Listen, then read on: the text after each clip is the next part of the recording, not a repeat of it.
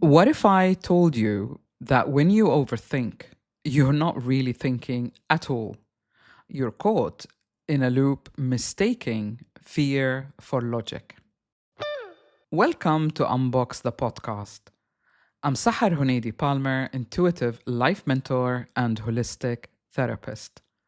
For more than 3 decades, I've been helping people from all walks of life navigate transitions in careers, relationships, and identity. Through my BEMA methodology, body, emotions, mind, and accountability to actions, I guide clients to reconnect with their true self so that they can rewrite their story and reclaim their power.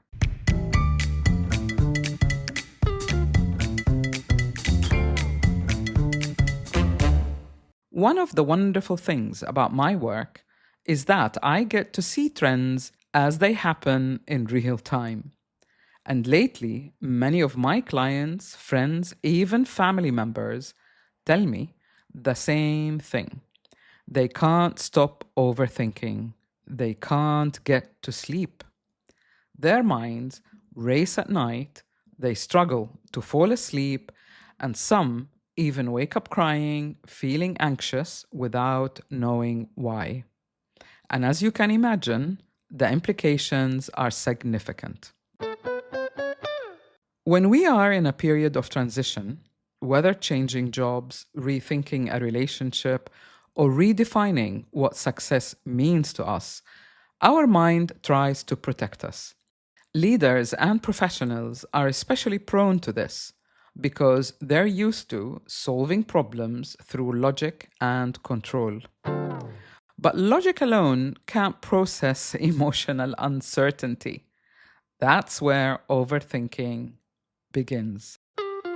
So, why do we overthink? Before we can stop it, we need to understand overthinking. At Unbox with Sahar, my stance is always holistic.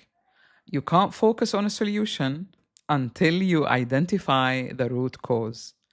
And the cure needs to be just as holistic, linking all aspects of being human, because we function as one integrated system. You can't separate the body from your experiences or the emotional impact those experiences have on you. It's repeated emotions that build belief systems, and those beliefs dictate the actions you take. Everything you think, feel, and do is interconnected. And it doesn't matter who you are or what role you play in the corporate world or in life, your true self is constant. The roles may shift, but what you bring into them is always you. And that is why we unbox the real you. Let's start at the beginning, what I call the pyramid of awareness. The first dimension of change is our physical body. Our physical state holds the memory of our emotional and mental state. Millions of years of evolution wired the brain to prioritize our one thing, our survival. Fear of spiders, snakes, heights, or the dark once kept us alive. But today, those same circuits trigger when we face an email from our boss, an unpaid bill, or even an uncertain future. The brain does not know the difference. So, what does our brain do? Now, here's something that usually makes people pause. As the physicist David Bohm said, the brain is a device for amplifying thought. Let that land. The brain doesn't create thoughts, it amplifies them. If you fear a certain outcome and replay it in your mind, your brain will amplify it. It takes that as a signal. So you're feeding it a signal, which is your focused thoughts, and it amplifies them. The more you dwell on a thought, the more energy your brain devotes to it. So you're giving it an order, and it's listening to you. Overthinking is the mind's attempt to create safety through repetition. So, whatever you repeat is unthreatening, and that's why we tend to overthink. It keeps you in motion so that you feel you're in control. But what you're really doing is sending all your energy to your head, leaving the body drained and depleted. You might notice tension in your shoulders, a tight chest, a shallow breathing. You probably don't feel like moving or going outdoors, which only worsens this imbalance. And at night, all that unspent energy, mental energy, has nowhere to go. It may surface as restless dreams or even nightmares. If left unaddressed, it can escalate to panic attacks. So, what can we do? How do we switch off? The answer begins with movement and breath. Start moving. Go out in nature. Let your body remind your brain what matters. When you change your physical environment, you redirect your mental energy. If the weather doesn't permit you to do so, get a vibrating plate or do quick Qigong exercises. The latter is really great for that purpose. And don't ask me why, but I tend to exercise or swim at night so I can sleep well. Probably because my days are spent sitting and most of the year it's really hot in Dubai. However, as we now come into what's dubbed the best winter in the world, because it's really spring, I'm sure my exercise schedule will naturally flip as I make use of the outdoors. Next, filter the food you give your mind. Your brain will amplify wherever you feed it, so choose wisely. And here's the shortest cut: breath. Breathing is the reason you are alive. It's the bridge between the body and the mind. It is how we face and deal with the outside world. By deepening your breath, you reset your nervous system. Your breathing rhythm tells your brain everything. And I'm not talking about breath work or anything. I'm just saying, wherever you are, right now, whatever you're doing, pause. Take a slow, deep breath through your nose.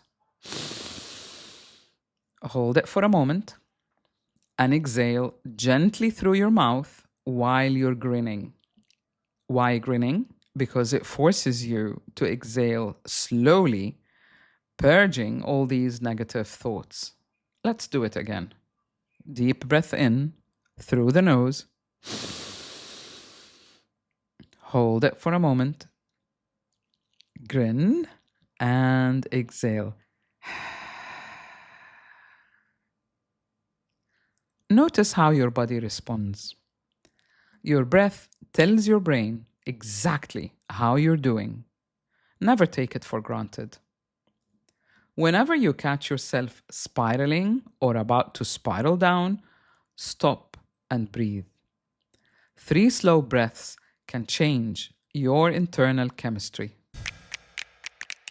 What do we do when logic fails? Sometimes we overthink because we simply don't have enough information to formulate a decision. This is how the brain works. It does a process called chunking. It groups bits of information that you know into chunks. And if you're missing a piece of information, it's not going to go into that chunk and you will never arrive at the right decision. The brain cannot find a solution without the right data. So instead, it loops because it has to do something, and you think you're thinking. When that happens, the way forward is to seek information. This can be in any form. Ask for help, take a course, consult someone you trust, research your options, whatever your field is or whatever stage in life you are at. Look, search deeper. Give your brain the data it needs so it can move from worry into action. And by doing something new, you inspire yourself, and you will find that your brain works more freely and naturally, helping you to find or make the right decision. In leadership and life, uncertainty is part of growth.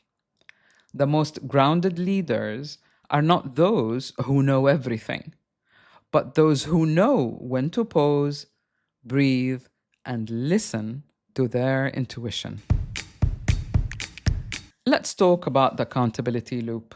From what I have seen also in my mentoring work, there's another hidden reason for overthinking, and that is avoidance.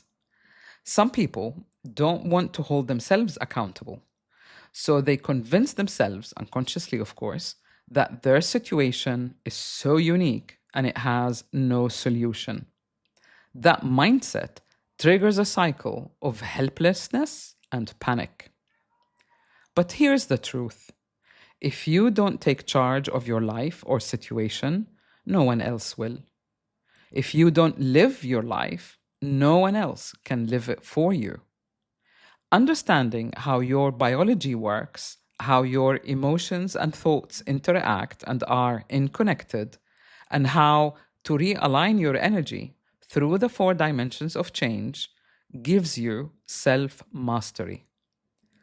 And remember, this is how you can rewrite your story and reclaim your power. Before we close, let's do a quick reset together. Take another deep breath. Bring your attention to your feet on the ground. Imagine exhaling all the clutter in your mind. Let it leave your body. As you inhale, picture clarity, filling the space you have just cleared. Your mind isn't your enemy. It's simply overworked and under-rested. The more you practice stillness, the faster your brain learns to switch off when needed. Before we close off, I just want to say this.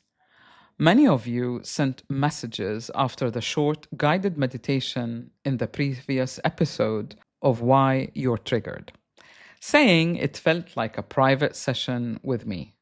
Thank you. That means a great deal. I've begun recording a few guided meditations layered with binaural beats, and it's designed to help you reset, release, and find peace. Isn't that the luxury nowadays? You will find them exclusively on my digital resources hub on Buy Me a Coffee. Visit the shop and check back often, as I'm adding more tools to help you stay centered through life and career transitions.